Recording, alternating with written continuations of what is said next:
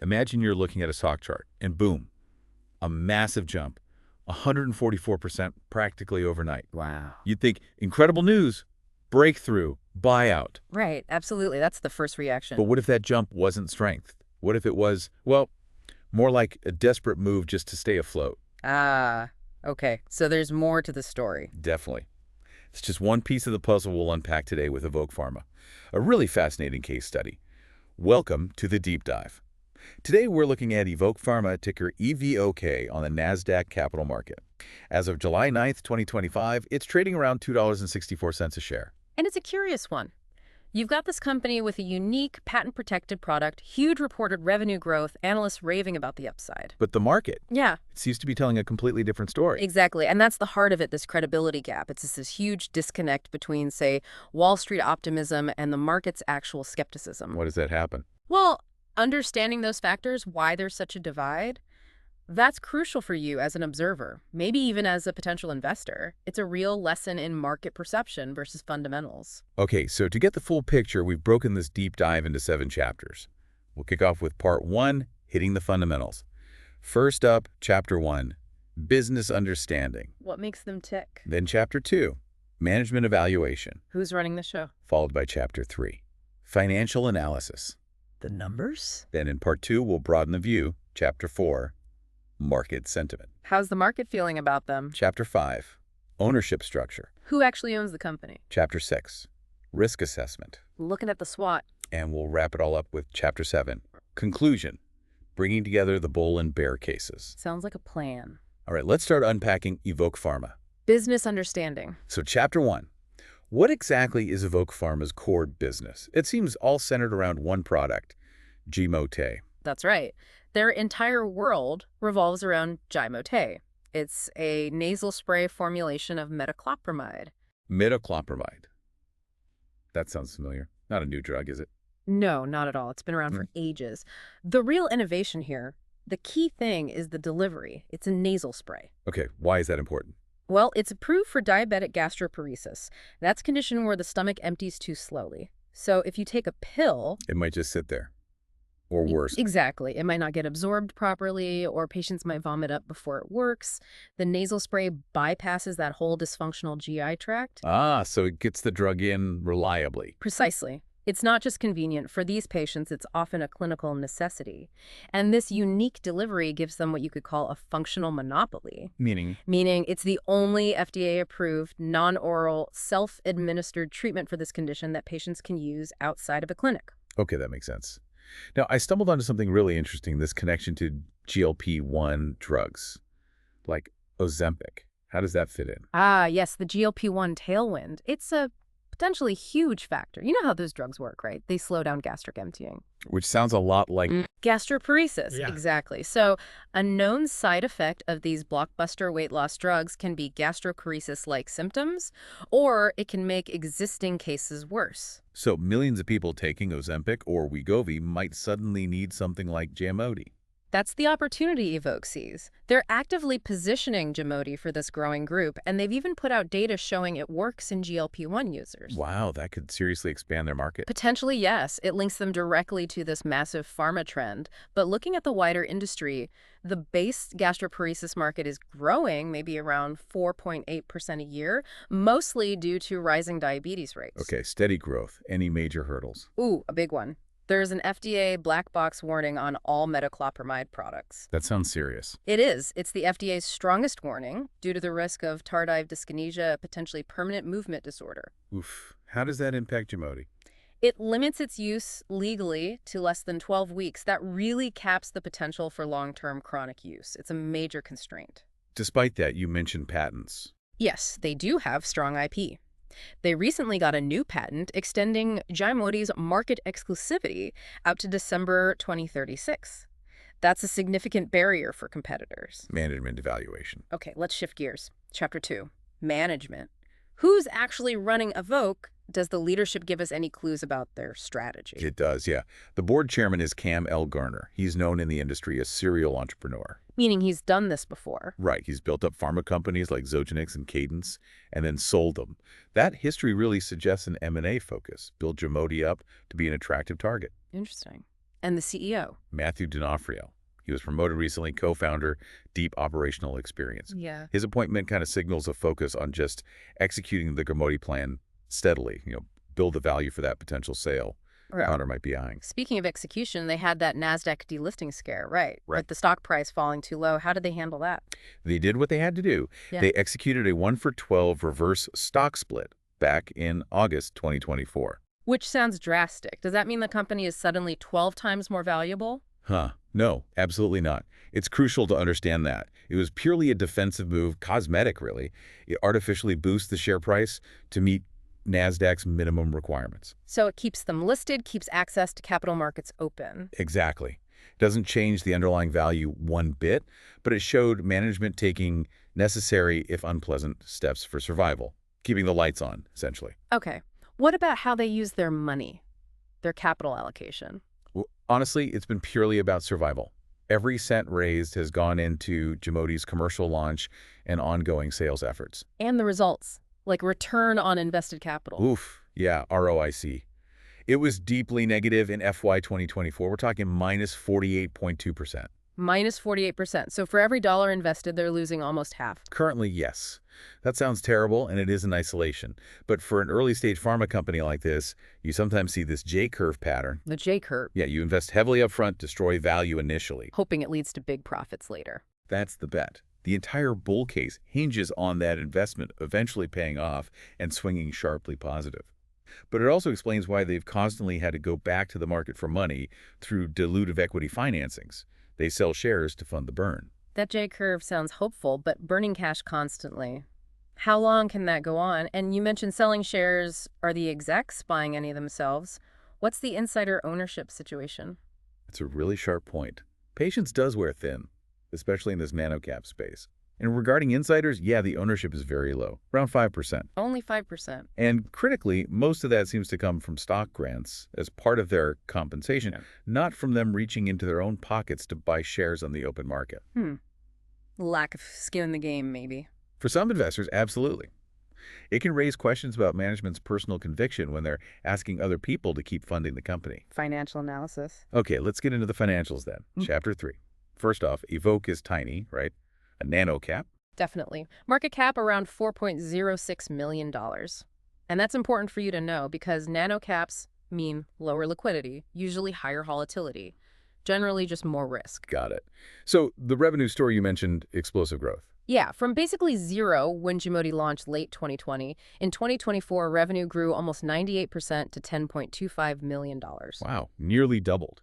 And 2025 guidance. They're projecting $16 million. That's another 60% jump. So the top line looks fantastic. It really does. Okay, there's always a but, isn't there? What about profits? And here's the core dilemma. The gross margin in 2024 was incredible, 96.5%. 96.5%. So the product itself is super cheap to make relative to its price. Exactly. Per unit, Gamoti is highly profitable, but the operating margin was negative 50.8%. Net margin negative 52.2%. So despite the high gross profit, they're still losing over 50 cents on every dollar of revenue overall. Precisely. Those high selling general and administrative costs, SG&A, are just overwhelming the gross profit right now. A big chunk of that is likely their profit-sharing deal with Eversana, their commercial partner. So Eversana gets a cut off the top. Effectively, yeah. It means less flows down to Evoke's bottom line. The entire investment case really hangs on achieving operating leverage. Meaning revenue needs to grow much faster than those operating costs. Exactly. So those high gross margins can finally cover everything else and turn a profit. Given those losses, I assume cash flow is also negative. Consistently negative, yes. Which is why they keep needing to raise money. As of March 2025, they reported having $12.6 million in cash. How long does that last them? They project it funds operations into Q2 2026. So they have some runway, but not infinite. The good news, maybe, is that while earnings are negative, the losses are getting smaller each year, from over $13 million loss in 2020 down to $5.35 million loss in 2024. Okay, progress, but still burning cash. So how do you value a company losing money? P/E ratio is useless, right? Totally useless. So analysts turn to price to sales, or PS. And Evoke's PS is, well, it's just 0.34. 0.34, how does that compare? It's incredibly low. Compare it to larger peers like Ardelyx at 2.79 or Mirum at 6.39. Even another struggling microcap, Red Hill, is at 0.52. So 0.34 Really screams market skepticism. Back to that credibility gap. Absolutely. It shows the market is just not giving them much credit for those sales dollars yet. What about other valuation methods, like discounted cash flow? Right, DCF. Trying to value a company based on its future expected cash flows discounted back to today's value. For a company like Evoke, it's tricky because the assumptions matter so much. So what does a DCF model suggest? Well, an educational model throws out a really wide range. A bear case, things go wrong, growth stalls, no profits, maybe value is under $1 a share. Okay. A base case, they hit guidance, achieve modest profitability eventually, maybe $4 to $7 per share. Getting closer to where analysts are. And a bull case, high growth continues, margins improve significantly, you could maybe justify $12 to $18 a share. That's a massive range, under $1 to $18. Exactly. And the crucial point. Today's price of $2.64 is clearly pricing in something much closer to that pessimistic bear case. The market is building in a lot of doubt. The key drivers for that range are assumptions about future revenue growth, peak margins, and the discount rate, how much you penalize future cash flows for risk. Market sentiment. Which leads us perfectly into Chapter 4, market sentiment. Let's talk more about that credibility gap. You have analysts. Analysts with a strong buy consensus rating. Average price target somewhere between $18 and 18.36 cents. $18 compared to the market price of $2.64. That implies, Wow. over 580% potential upside. It's just a massive chasm. It begs the question, why? So why does that gap exist? What's the market thinking? Well, the market likely thinks those analyst models are just too rosy. Maybe the assumptions on profitability are unrealistic, given the cost structure, or perhaps the market is applying a much, much higher discount rate because of all the risks we've talked about, the cash burn, the potential for more dilution. Basically, the market is focused on the near-term hurdles. Very likely. It's weighing those immediate risks much more heavily than the long-term potential highlighted by analysts. Has any recent news shifted this sentiment at all? It's been a real mixed bag, actually. Operationally, you see good news. Strong revenue numbers, those new patents we mentioned, positive clinical data presented at conferences, stuff that should boost confidence. But the market signals have been rough. The stock keeps hitting new 52-week lows, and then there was that reverse split last year. It seems the operational wins just aren't translating into positive market action yet. what about technical indicators? Short interest. Short interest is pretty low, actually, around 1.3% to 2.1%. That suggests it's more market apathy or disbelief rather than active, aggressive bets against the company failing. Okay, so not heavily shorted, but the price trend. Technically, it's weak. The stock is trading significantly below both its 50-day and 200-day moving averages. That typically indicates a confirmed long-term downtrend and ongoing selling pressure. Ownership structure. All right, Chapter 5, ownership. Who actually owns Evoke? Does that tell us anything? Well, institutional ownership is low, maybe 14, 16%. That's pretty typical for a nanocap. Okay, not surprising. Anything noteworthy within that? Yes, it's highly concentrated. The biggest holder by far is Nantahala Capital Management. They own a significant chunk of those institutional shares. Nantahala Capitals. And they're active. Seems so. They have the right to nominate 2 board members, and they've exercised that right, placing Greg Paisimuka on the board. That signals they're not just passive investors. They have a real say in strategy. Their presence suggests a sophisticated player sees some kind of long-term value here. Interesting. What about insiders again? We touched on it, but just to reiterate. Yeah, worth repeating. Very low insider ownership, around 5%. And again, mostly from stock grants, not open market buys. So executives aren't putting much of their own cash on the line? Not in a significant way that's visible through open market purchases, no. And for some investors, that lack of skin in the game is a concern. So what you have is Nantahala with the potentially strong voice, and then the majority of shares held by fragmented retail investors. Risk assessment, SWOT. Okay, let's pull all this together. Chapter 6, risk assessment using a SWOT analysis, strengths, weaknesses, opportunities, threats. What are the core strengths here? The biggest one is that patent-protected monopoly for Gimoti's specific, niche, non-oral, self-administered diabetic gastroparesis treatment. The IP extending to 2036 is huge. Right, the functional monopoly. And the clinical value seems compelling bypassing the gut, data showing fewer hospitalizations versus oral options. Plus, that experienced, potentially M&A-focused board chairman, Garner. Oh, okay, clear strengths. Now the flip side, weaknesses. Number 1 has to be the extreme single-product dependency. Everything rides on Gimoti. All eggs in one basket. Definitely. Then there's the persistent unprofitability and cash burn leading to that need for dilutive financing we keep mentioning. The high-cost structure, partly from the Eversana deal, is another weakness. And, as we just covered, low insider buying. Small scale, limited resources. It all adds up. Got it. What about opportunities? What could go right? The big one is that GLP-1 drug tailwind. If that really pans out, it could massively expand their addressable market. Turning a side effect into an opportunity. Potentially. Huh. There's also just basic market penetration potential within their current approved indication.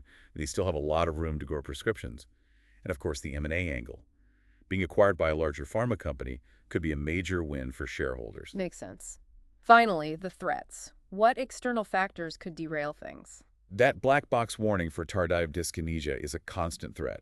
It limits prescribing, carries liability risk. A shadow over the product. Absolutely. There's always the risk a competitor comes up with something better or challenges their patents. Reimbursement and payer pushback are always risks in pharma. And critically, financing risk. Explain that one more. As a cash-burning company, they need access to capital markets. If the broader market turns risk off, say, interest rates stay high, investors get nervous, it becomes much harder and more expensive for speculative companies like EVOK to raise the money they need to survive. They're very vulnerable to macroeconomic shifts. Conclusion. Okay, Chapter 7, Conclusion. Let's synthesize all this. What's the clear bull case for Evoke Pharma? The bull case is built on that valuable, patent-protected monopoly asset, GeoMT. It addresses a real clinical need with a differentiated delivery system. Strong IP, long exclusivity. Right. Add in the impressive accelerating revenue growth, the potential huge boost from the GLP-1 trend, and an M&A-savvy board that might engineer a sale. Plus, you have those analysts with strong buy ratings seeing massive upside. That's the optimistic story. Okay, compelling on paper. Now, the bear case. Why is the market so skeptical? The bear case emphasizes the single product risk, the deep unprofitability, and the constant cash burn requiring share dilution. The history of value destruction. Exactly, highlighted by that reverse stock split. It points to the huge credibility gap between analyst targets and the market price, suggesting the market simply doesn't believe the optimistic profitability story yet.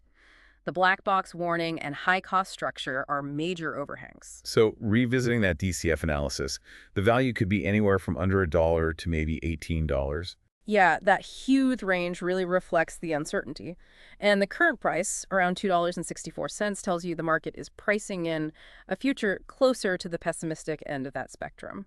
Significant difficulty is baked in right now. So for the stock price to move higher towards that base or bull case, what needs to happen? It's not just about more revenue growth anymore. Management has to show a clear, believable, sustained path to actual profitability. They need to prove those fantastic gross margins can finally translate into positive operating income and, crucially, positive free cash flow. Stop the bleeding, basically. Essentially, yes. An investment here right now is a high-risk bet. It's a wager that the bull case, the value of GeoMT, the GLP-1 tailwind, maybe an acquisition materializes before they run out of cash and have to go back to the markets for another dilutive financing round, which, history suggests, can be painful for existing shareholders. So here's a final thought to leave you with.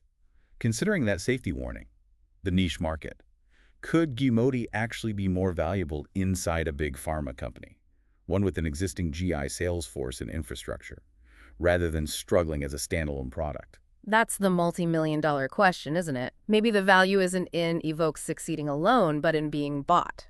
Food for thought. If you found this deep dive valuable, please like this video and subscribe to the Stock Analytics AI YouTube channel. Absolutely. And members, for just €4.99 a month, get priority requests for deep dives on specific tickers. We're tackling all the S&P 500 stocks over the coming months, and members get first dibs. And if there's one specific company you're dying for us to analyze, dropping us a super thanks is a great way to get it on our radar. Just one crucial reminder before we go. This analysis was generated by an AI system. It's purely for educational and informational purposes. It is absolutely not financial advice. Please always do your own thorough research, consider your own circumstances, and consult with a qualified financial advisor before making any investment decisions.